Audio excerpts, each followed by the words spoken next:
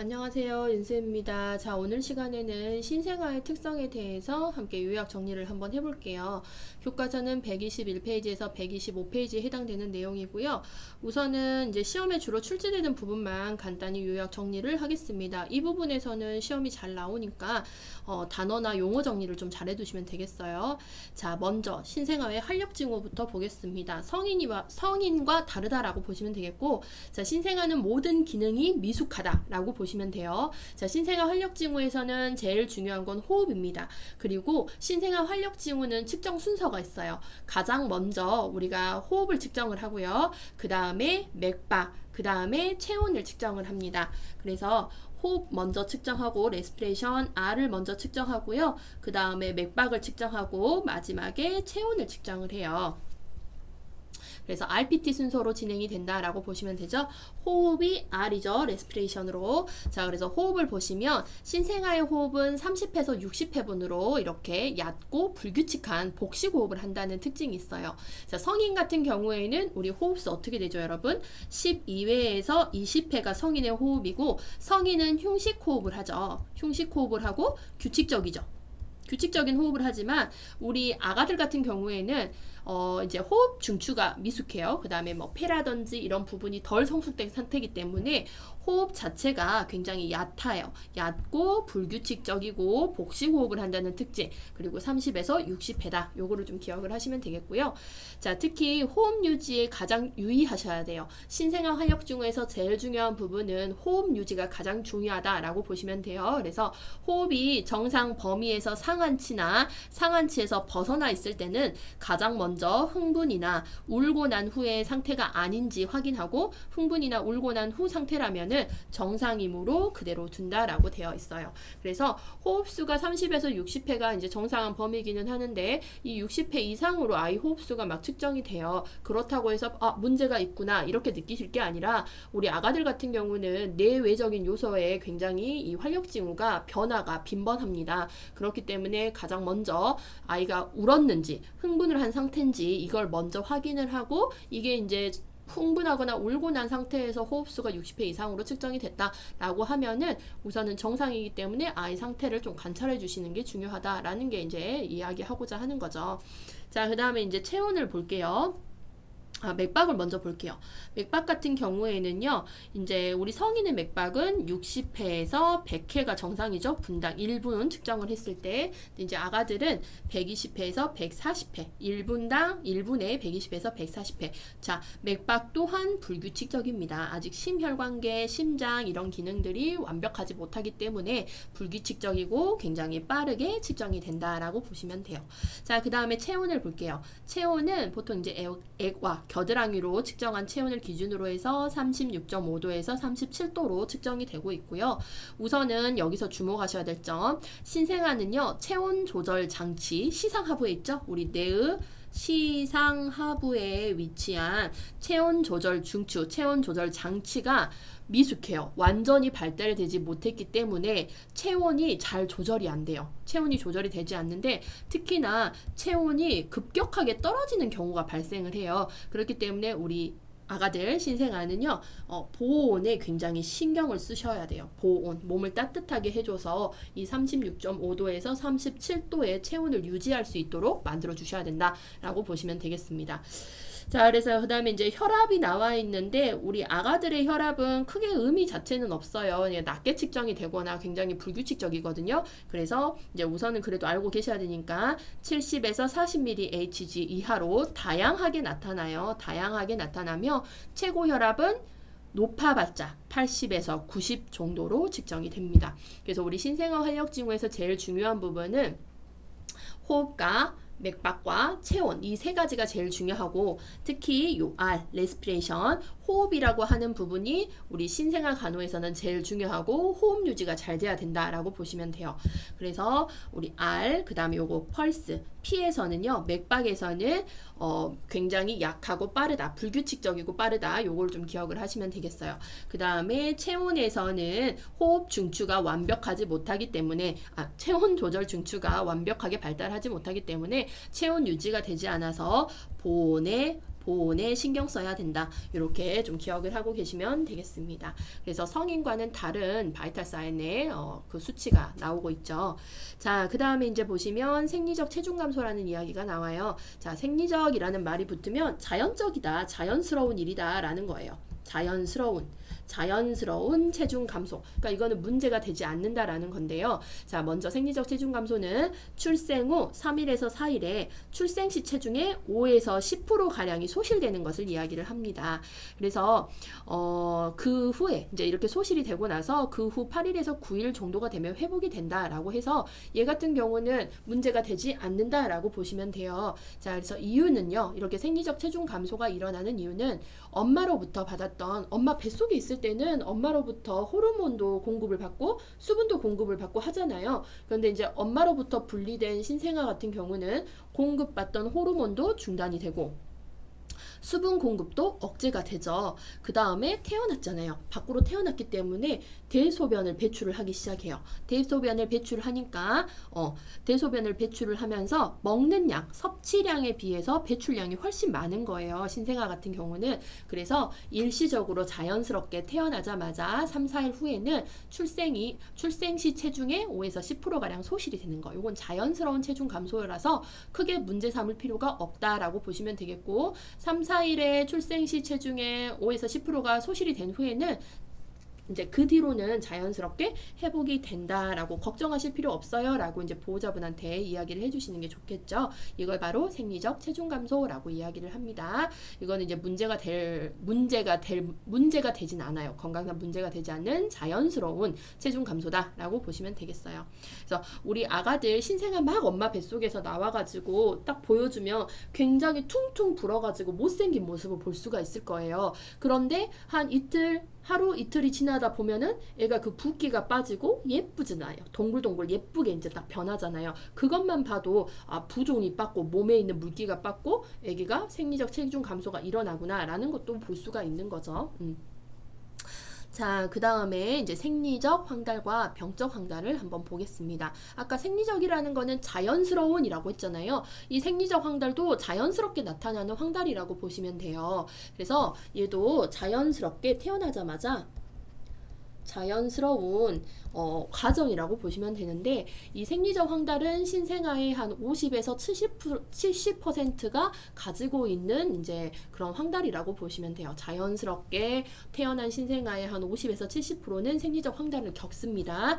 그래서 이 생리적 황달은 태어나서 바로 나타나지는 않아요. 생후 태어나고 나서 한 2, 3일 경에 아이들이 이렇게 누렇게 둥둥둥 뜨기 시작하죠.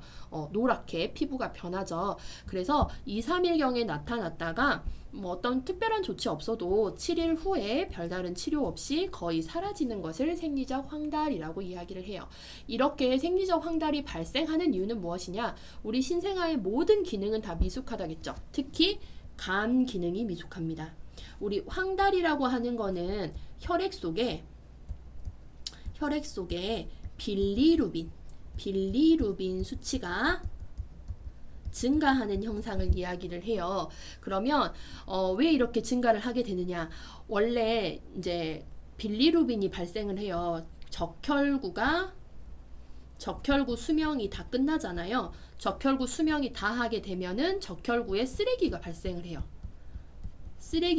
적혈구를 쓰고 남은 쓰레기가 발생하는데, 그 쓰레기가 뭐냐? 빌리루빈이거든요. 빌리루빈. 그러면 이 빌리루빈은 이대로 두면은 안 되고 어디로 가서 처리가 돼야 되냐? 간에 가서 빌리루빈이 쓰레기 처리가 되는 거거든요. 쓰레기라는 빌리루빈이 간으로 가서 이 쓰레기가 처리되는 장소가 간이에요. 그런데 신생아 같은 경우는 간 기능이 떨어져요. 간 기능이 미숙하기 때문에 쓰레기 처리가 제대로 되지가 않는 거죠. 그렇기 때문에 이렇게 생리적으로 일시적으로 황달이 나타나는 거예요. 그래서 간 기능 미숙으로 적혈구가 파괴되면서 빌리루빈을 적절히 처리하지 못해서 황달이 발생을 하는 거예요. 그래서 생리적 황달은 태어나서 이제 나타날 수도 있는 자연스러운 황달이다. 얘 같은 경우는 출생 후 2, 3일경에 나타나고 7일 후 별다른 치료 없이 사라진다. 이거는 왜 그러냐라고 하면 간 기능 미숙 때문이다 라고 보시면 되겠죠.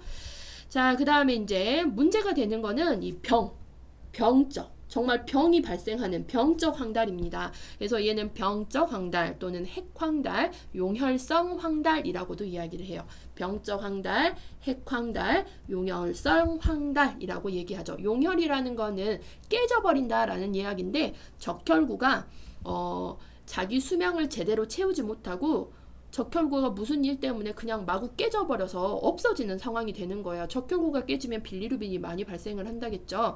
그래서 적혈구가 마구마구 깨지니까 빌리루빈도 마구마구 많이 생성이 되는 상황이 발생을 해서 황달이 발생하는 걸 용혈성 황달이라고 이야기를 합니다. 그래서 자, 생리적 황달과는 달리 출생 24시간 이내에 시작이 돼요. 이게 이제 키워드죠. 24시간 이내에.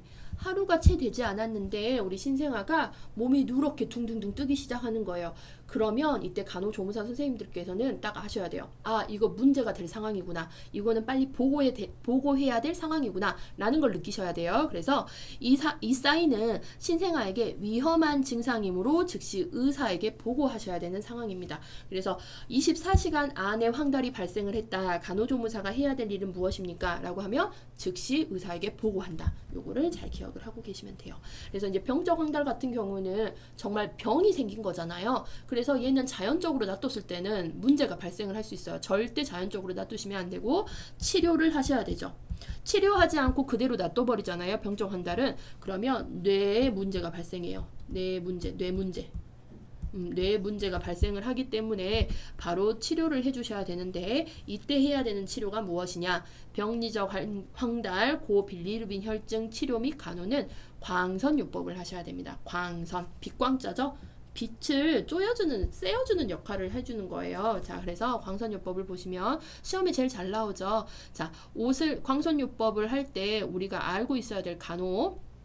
자, 먼저 신생아는 딱 요런 상태로 광선요법을 하거든요. 자, 그래서 옷을 벗겨요. 옷을 벗기고 광선을 온몸에 골고루 쪼이기 위해서 체위 변경도 자주 해야 되죠.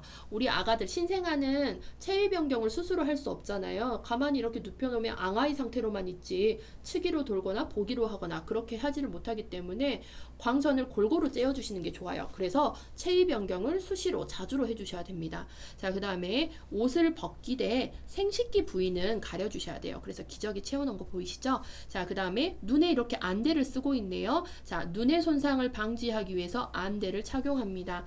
빛이 눈에 직접적으로 닿는 것은 좋지가 않아요. 그래서 눈의 손상을 방지하기 위해 안대를 씌우고, 자, 그 다음에 광선요법을 하다가는요, 체온이 올라가 버릴 수 있어요. 우리 신생아는 체온 조절 정추가 미숙하다 했잖아요. 그래서 체온이 떨어지기도 쉽고 체온이 갑자기 올라버리기도 쉬운 그런 몸의 상태예요. 특히 이렇게 광선요법을 하고 있을 때는 고체온이 나타날 수 있어요. 그래서 고체온을 발견하기 위해서 체온 측정을 자주 해주셔야 됩니다. 뭐 고체온 또는 저체온증 이런 것들을 발견하기 위해서 체온 측정을 자주 해주셔야 되겠고, 그 다음에 이렇게 뜨끈뜨끈한 광선요법을 받고 있게 되면은 이 열에 의해서 몸에서 물기가 뺏기겠죠. 몸에 있는 물기가 증발을 해버려요. 그렇게 되면은 우리 아가들은 탈수가 발생을 할 수가 있거든요. 그래서 탈수 증상도 잘 관찰해야 되겠고, 수분을 보충해주고, 현재 옷을 벗고 생식기만 가리고 있는 상태이기 때문에 또 고체온이 있는지 아니면 오한이 나는지 정도도 잘 관찰해 주셔야 된다라고 보시면 돼요. 그래서 광선요법은 중요하시니까 우리가 어떻게 간호를 해야 되는지 이렇게 알고 계시고 꼭 숙지를 해주시고요. 자, 그 다음에 보셔야 되는 거는 이제 우리 신생아의 소화기계를 한번 볼게요. 모든 기관은 다 미숙하다고 했어요. 자, 소화기계도 마찬가지인데, 그래서 특히 위 있죠, 위. 자, 위를 보시면 그림을 이렇게 그려드릴게요. 식도 다음에 이렇게 해서 우리가 위가 있죠? 위가 있고, 위에서 이렇게 넘어가는 길이 또 이제 소장의 시작 부분 12지장. 그 다음에 여기는 식도 이렇게 있으면은 이게 이제 위잖아요. 그래서 식도와 위 사이에 관략근이 이렇게 하나가 있어요. 그 다음에 위와 12지장 사이에도 관략근이 이렇게 있죠. 자, 여기에 있는 게 분문관략근. 분문관략근. 여기에 있는 게 뭐죠? 유문관략근이에요. 그래서 요거 위치 외우실 때 분유 이렇게 해서 기억을 하시면 되는데, 특히나 우리 신생아들 같은 경우는요, 특히 요 식도와 이유를 연결하고 있는 분문 관략근이 굉장히 미숙해요. 그래서 관략근은 딱 조여져야 되는데 이 관략근이 조여지지 못하는 거예요. 그래서 이제 여기 위에 이렇게 수분이라든지 음식이 이렇게 들어올 거 아니에요. 그러면 이 분문 관략근이 딱 조여져서 얘가 이렇게 역류하지 못하도록 만들어줘야 되는데, 분문 관략근이 약하다 보니까 분문 관략근이 미숙하죠. 미숙해서 이렇게 느슨하게 열려있는 상태다 보니까 아기들 위 속에 있는 음식물이 식도를 통해서 이렇게 역류하게 되는 거예요. 그렇게 역류해서 입으로 툭 튀어나오는 것을 우리는 토했다라고 표현을 하죠. 그래서 위에 분문관략근이 미숙해서 우리 아가들은 토하기가 쉬워요. 토하기 쉬움으로 어떻게 해주셔야 되냐? 수유 후에는 꼭 트름을 시켜주셔야 된다라고 보시면 돼요. 그래서 소화기계도 미숙하고 이 미숙한 거를 해결하고 토하는 것을 막기 위해서는, 예방하기 위해서는 우리는 수유 후 꼭 트름을 시켜주셔야 된다라고 기억을 하시면 되겠죠. 자, 그 다음에 이제 배설을 보겠습니다. 우리 아가가 처음 태어나가지고 첫 변을 보는 거를 태변이라고 해요. 태어나서 첫 변, 태어나서 처음 보는 변, 태변이라고 얘기를 하는데, 자, 얘도 출생 후 24시간 안에 봐야 돼요. 태변이라고 하는 거는 출생 후 24시간 이내에 처음 보는 변이고 24시간 안에 봐야 문제가 없다라고 보는 거거든요. 그래서 이렇게 출생 후 24시간 안에 처음 보는 변이고 이 변은 약 3일 정도 지속이 됩니다. 3일 정도 지속되며 끈끈하고, 색깔 잘 기억하세요. 암녹색이에요. 암녹색에 냄새는 없습니다. 그래서 암녹색의 끈끈한 변을 태변, 우리 신생아가 처음 태어나서 보는 변을 태변이라고 해요. 그래서 얘 같은 경우는 24시간 이내에 태어나서 봐야 되는데, 만약에 24시간이 지났는데도 태변을 보지 못해요. 그럼 무엇을 의심할 수 있느냐? 항문이라든지 응가 나오는 길, 직장의 기형을 의심을 해볼 수 있다라고 보시면 되죠. 24시간 안에 꼭 배설을 해야 됩니다. 자, 그 다음에 이제 이행변이라고 되어 있죠. 이행이라는 거는 옮겨가다라는 뜻이거든요. 그래서 태변을 다 본 후 생후 4일에서 14일 사이에 변의 색깔이 점차 변해요. 녹황색 변을 보는데 이렇게 변의 색깔, 변의 모양, 양상이 이렇게 변해가는 것을 이행변이라고 해요. 변해가는 것, 이걸 이행한다라고 이야기를 하거든요. 그래서 우리는 태변은 태아가, 신생아가 태어나서 보는 첫 변, 요거를 태변. 언제 봐야 된다? 24시간 이내에 봐서 한 3일 정도 이런 변이 나오다가 그 뒤로 이제 4일부터 이후에는 색깔이 변한 녹황색 변을 보기 시작해요. 그래서 이렇게 변의 양상이 변해가는 걸 이행변이라고 한다라고 보시면 돼요. 자, 그 다음에 자, 우리 아가 제대가 뭐죠? 탯줄. 자, 탯줄이에요. 자, 출생 후 제대 절단은 제대의 박동이 중지되면 절단하셔야 돼요. 박동이 중지됐을 때. 출생 후 제대를 절단을 해주는, 아빠 들어와서 제대 절단하세요 라고 이야기를 하는데, 이 제대의 절단을 할 때는 제대 박동이 중지되면 절단을 하셔야 돼요. 중지.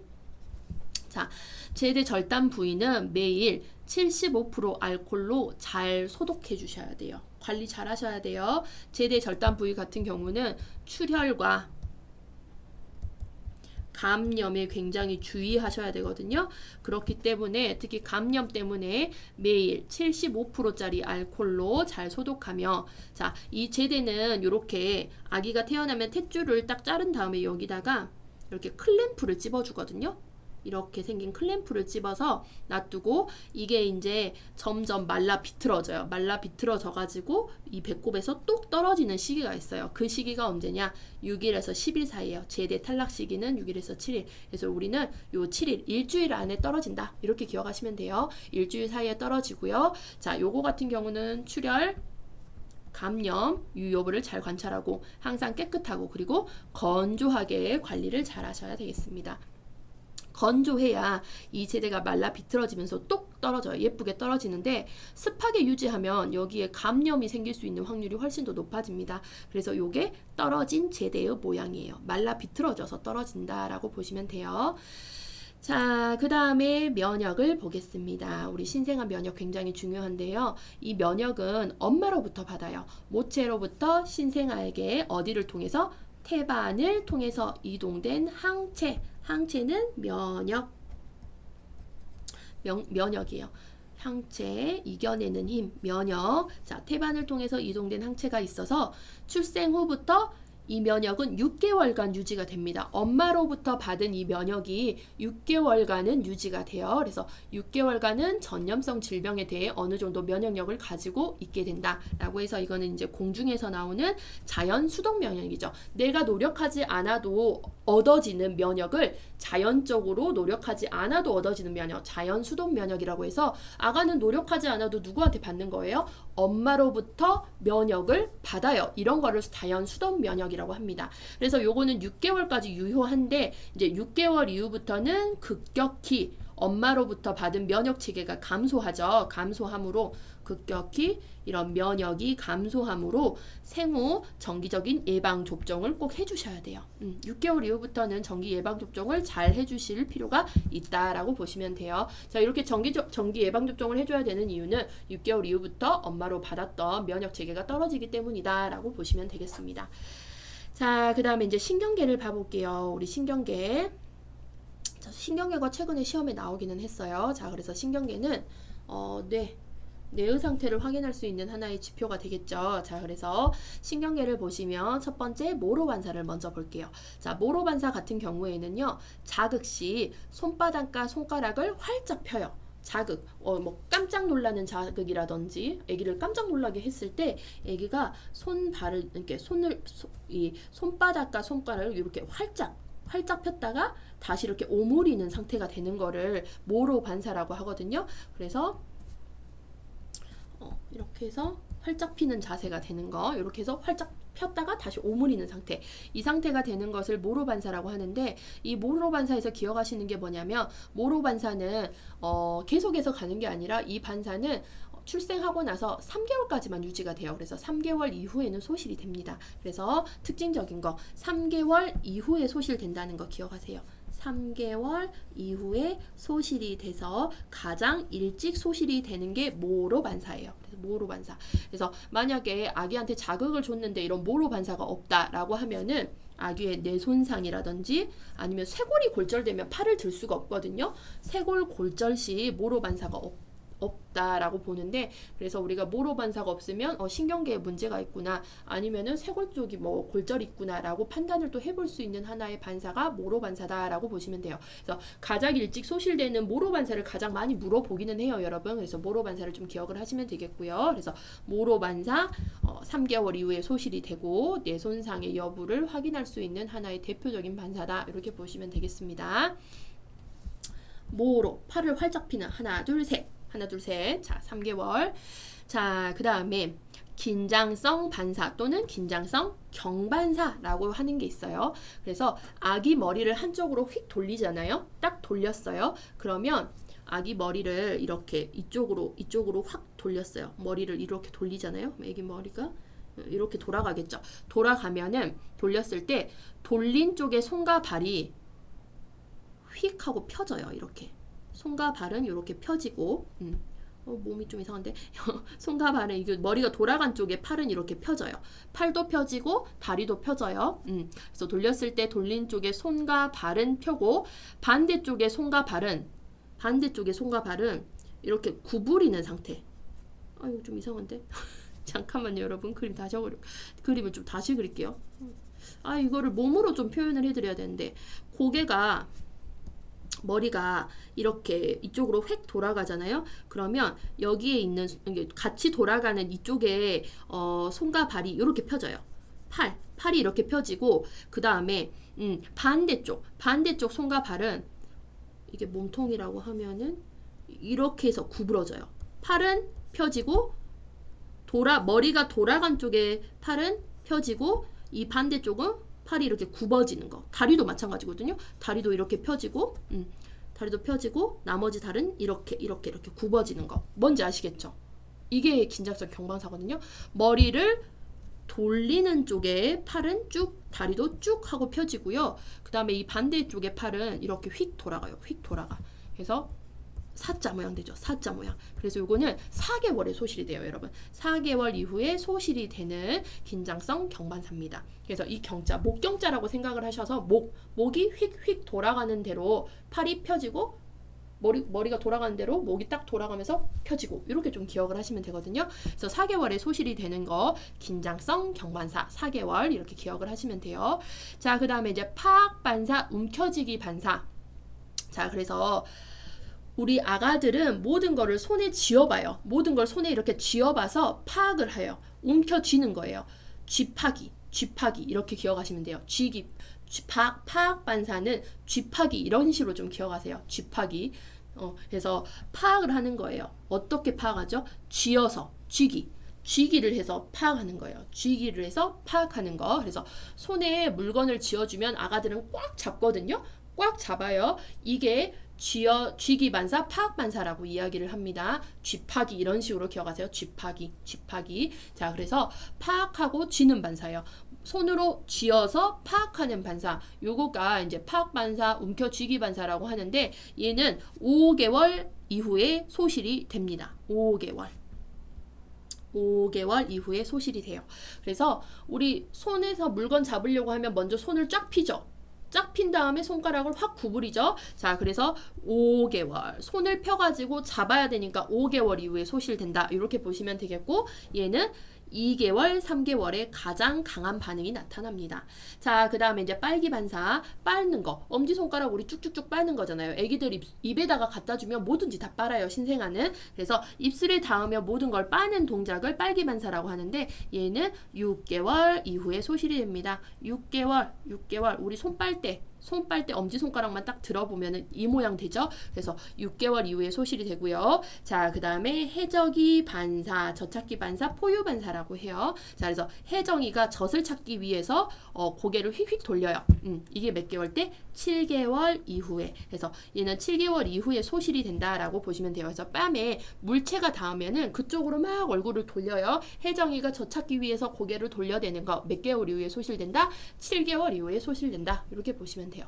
자, 그 다음에 이제 바빈스키 반사를 보겠습니다. 바빈스키 반사는 저는 학생들과 밑에다가 이렇게 바빈스키 반사로 기억을 했거든요. 왜냐, 얘는 발바닥을 자극을 하잖아요. 발바닥을 자극을 하면은 발가락이 쫙 펴져요.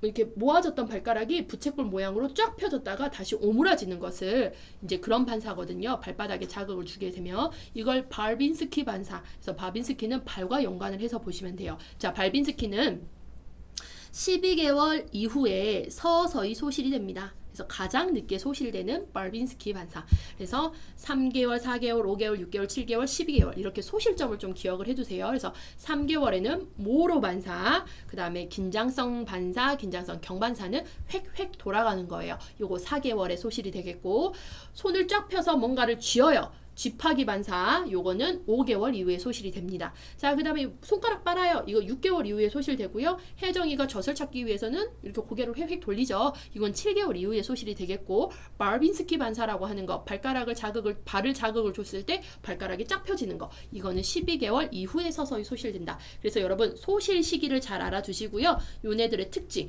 얘네들을 여러분 그냥 글로, 책으로 이렇게 눈으로만 외우지 마시고 여러분들이 직접 몸으로 이렇게 한번 해보세요. 그러면 훨씬 더 머릿속에 강하게 더 잘 남으실 거예요. 그래서 이걸 최근 시험에 나왔어요. 최근 시험에 나오고 있는 부분이라서 여러분들이 좀 알아두셔야 되는 부분이죠. 최근 시험에 뭐 어떻게 나왔냐면 그때 긴장성 경반사 나왔던 것 같아요. 긴장성 경반사의 특징을 써놓고 다음은 어떤 반사에 해당됩니까? 라고 나왔거든요. 그래서 머리를 한쪽으로 획 돌아가면 그쪽 팔은 쫙 펴지는 반사. 쫙 펴지고 그쪽 반대쪽은 확 구부러지는, 요거를 이제 생각을 하시면 되죠. 자, 그 다음에 마지막입니다. 감각 발달을 여러분 볼게요. 요거 마지막이고요. 감각 발달에서 중요한 부분만 제가 2개 뽑아봤어요. 자, 감각 발달은 촉각. 자, 촉각. 자, 출생 시 가장 발달이 된 감각이에요.